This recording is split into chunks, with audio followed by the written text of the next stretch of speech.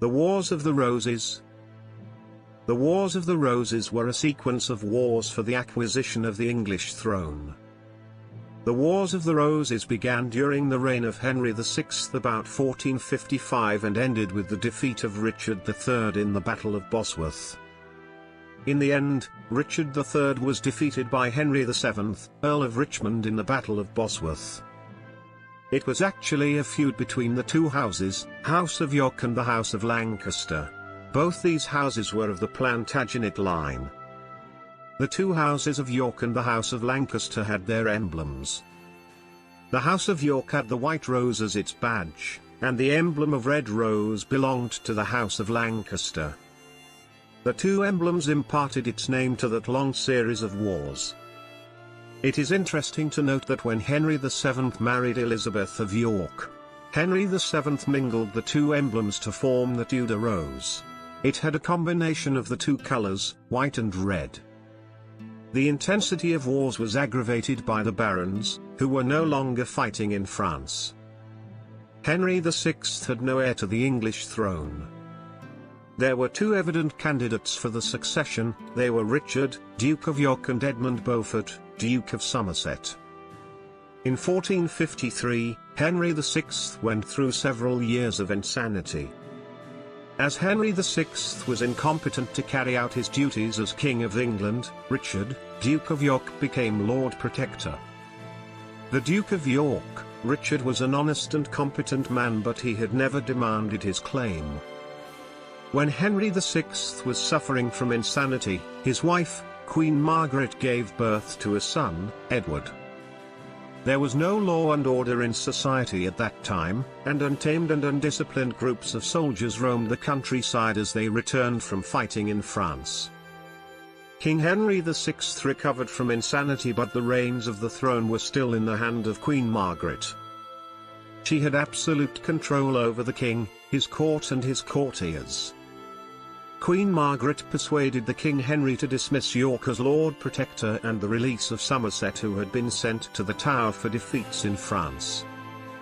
Richard, the Duke of York, resolved to go against the hostile Margaret. His army fought with the army of Margaret at St. Albans. The Duke of Somerset was killed in that battle, and Henry VI was captivated, and York became Lord Protector for a brief period.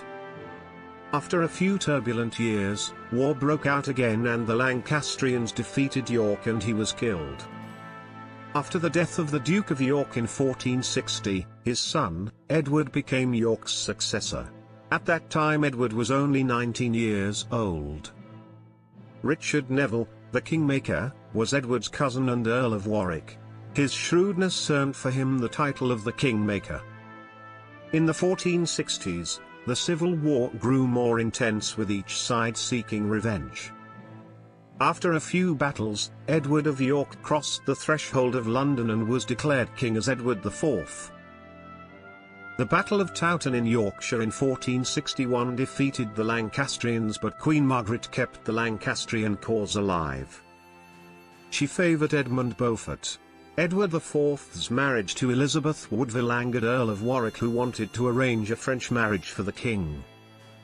Warwick revolted against Edward IV and captured Edward.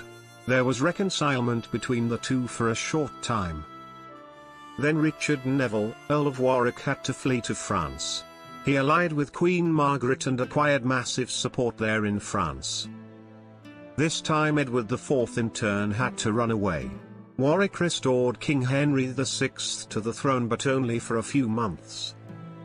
Edward IV returned to England as he received support from Burgundy. In the Battle of Barnet, Earl of Warwick was killed in 1471. The Lancastrians were literally crushed and many barons were killed at Tewkesbury. Henry VI's son Prince Edward was killed during the battle. The battle cry of Edward IV was "Kill the nobles and spare the commons." Thus, Edward IV became unchallenged king, and he became the first Yorkist king. Edward IV brought a period of peace and prosperity to England. The arts also flourished during his reign. Henry VI died in the Tower. He was probably murdered. Edward IV implemented a peaceful foreign policy which strengthened trade, and there was no hike in taxes. But Edward IV was also a ruthless king who condemned his brother George, Duke of Clarence, who died in the Tower. At the age of 40, Edward IV died of illness. His son, Edward V, who was only a 12-year-old boy, became his successor in 1483. Edward V's reign lasted just for 3 months. He became ruler under the protectorship of his uncle, Richard, Duke of Gloucester. Richard III was a fine administrator and was renowned for his generalship. It is to be noted that Richard was strong in the north of England, but he was abhorred in the south. The Woodvilles and Lord William Hastings, one of Edward IV's generals, opposed Richard's claim to the throne. In 1483, Richard III accused Hastings of treason and executed him. He sent Edward V and his 9-year-old brother Richard to the Tower, and they were never seen again. Richard told the Parliament that Edward IV's marriage to Elizabeth was invalid and unauthorized, and so the little princes were thus tagged as illegitimate. Thus, Richard acquired the English throne within 3 months. In 1485, Henry, Earl of Richmond, came to England from France, and at the Battle of Bosworth Henry defeated Richard. Henry was then proclaimed Henry VII, the first of the Tudor monarchs. Henry VII became successor of Richard. Henry VII married Edward IV's daughter, Elizabeth of York. In this way, the Wars of the Roses ended. They were the longest and bloodiest series of wars ever fought on the English soil. William Shakespeare portrayed Richard as an evil hunchback in his play Richard III. The Wars of the Roses was the title given to Peter Hall and John Barton's adaptation of Shakespeare's historical play Henry VI in 3 parts and Richard III. The play was performed in 1963 at Stratford.